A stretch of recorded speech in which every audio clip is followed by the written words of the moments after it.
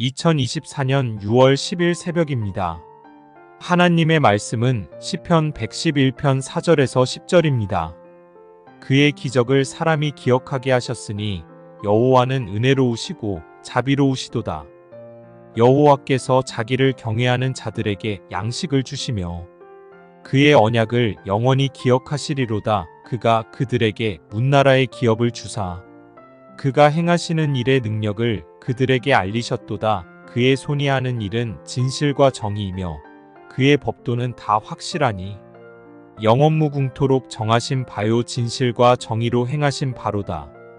여호와께서 그의 백성을 속량하시며 그의 언약을 영원히 세우셨으니 그의 이름이 거룩하고 지존하시도다. 여호와를 경외함이 지혜의 근본이라. 그의 계명을 지키는 자는 다 훌륭한 지각을 가진 자이니 여호와를 찬양함이 영원히 계속되리로다. 하나님 말씀을 증거하겠습니다. 예전에 그 대부도에 펜션이 많지 않습니까? 그래서 이렇게 동기들 이렇게 수련회를 이렇게 간 적이 있습니다. 그래서 답사차 이제 먼저 갔는데 좋은 펜션 잡는다고 돈을 더 투자해가지고 더 좋다는 데로 찾아간 거죠. 가보니까 정말 시설이 좋습니다. 근데 보니까 이게 시설 가운데 다 좋은데 수도꼭지가 있는데 이게 과관입니다. 금장색으로 된 정말 예쁜 장식으로 이렇게 되어 있었던 거죠. 저는 지금까지 그렇게 예쁜 수도꼭지는 처음 봤습니다. 그래서 예쁘기도 하고 신기하기도 해서 이렇게 막 물을 틀어봤거든요. 한참을 트는데 그 싱크대 이렇게 바닥을 보니까 뭔가가 이게 꿈틀거립니다.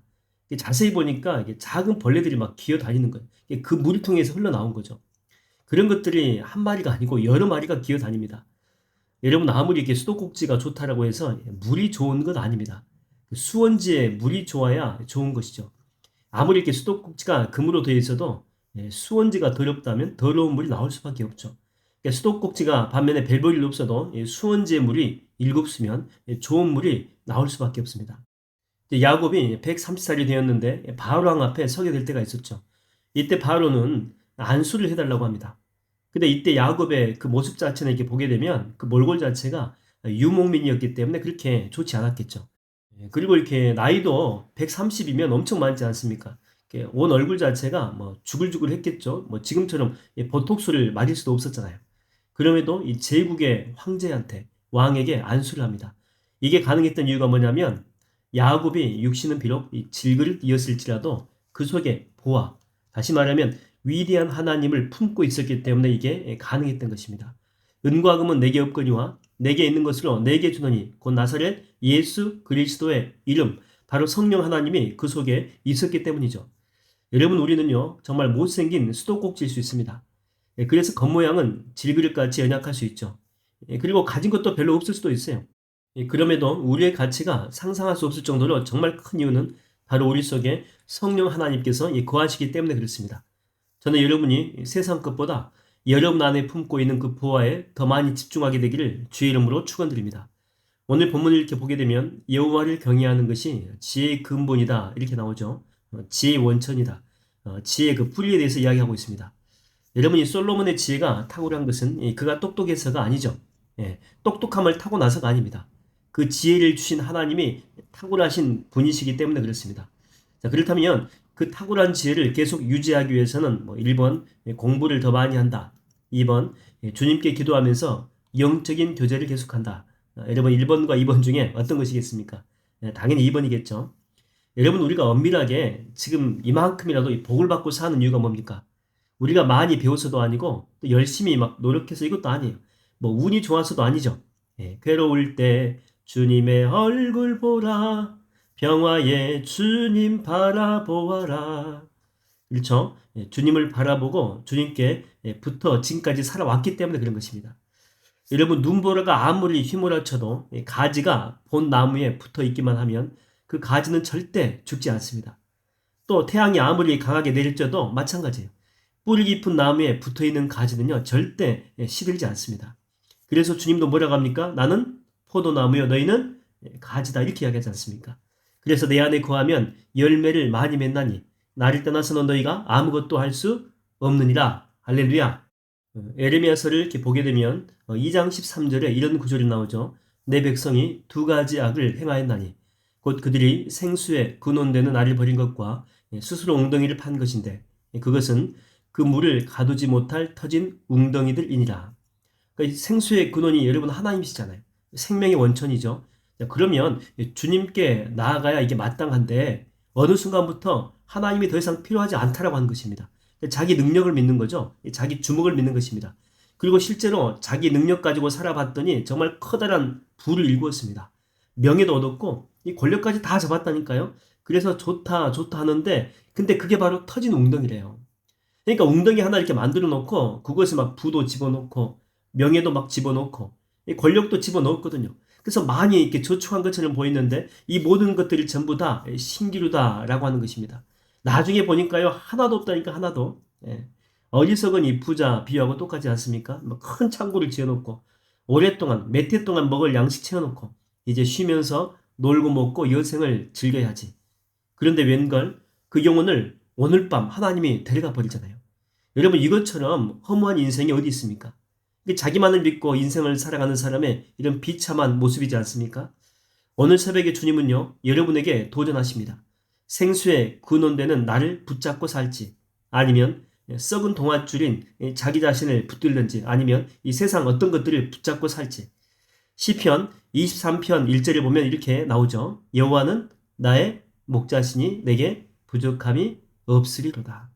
여러분 우리가 참된 부족함이 없는 인생을 살기 위해서는요 다른 것 아닙니다. 우리 주님을 붙들고 살 때, 우리 주님을 따라갈 때, 주님의 말씀 앞에 순종하며 살아갈 때 이런 복된 은혜가 우리 가운데 있다라고 하는 것입니다.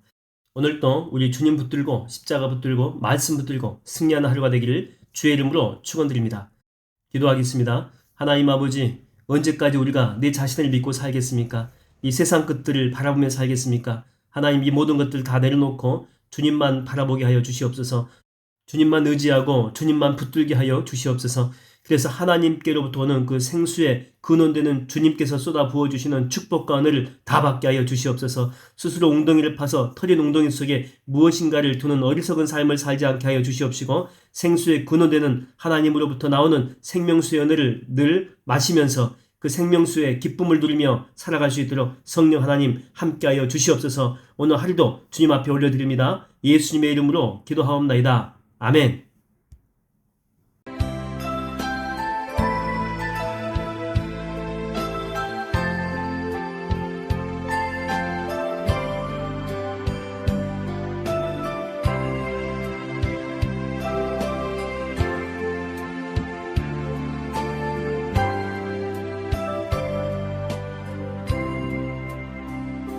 손에 있는 무기보다 주를 더 사랑하는가 이슬 같은 목숨보다 주를 더 사랑하는가 사랑의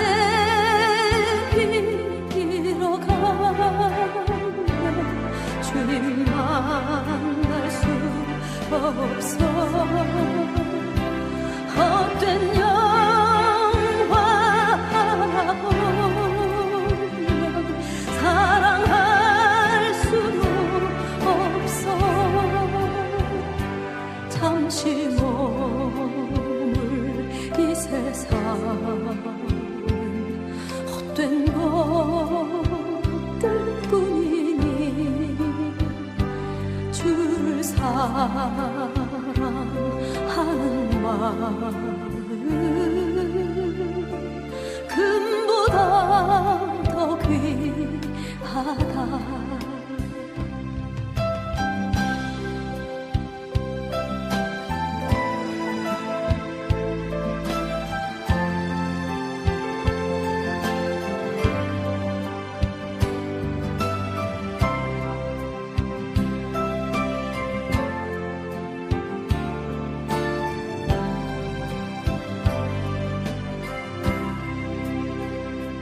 언제 다시 주실지 아는 이가 있는가 신랑으로 오실 주님 맞을 주님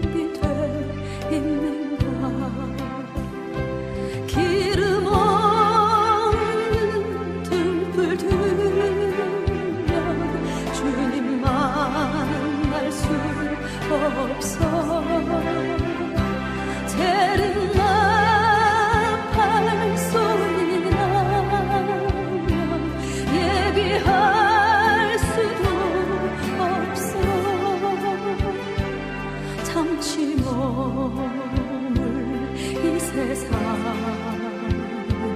헛된 것들뿐이니 주를 맞을 준비하니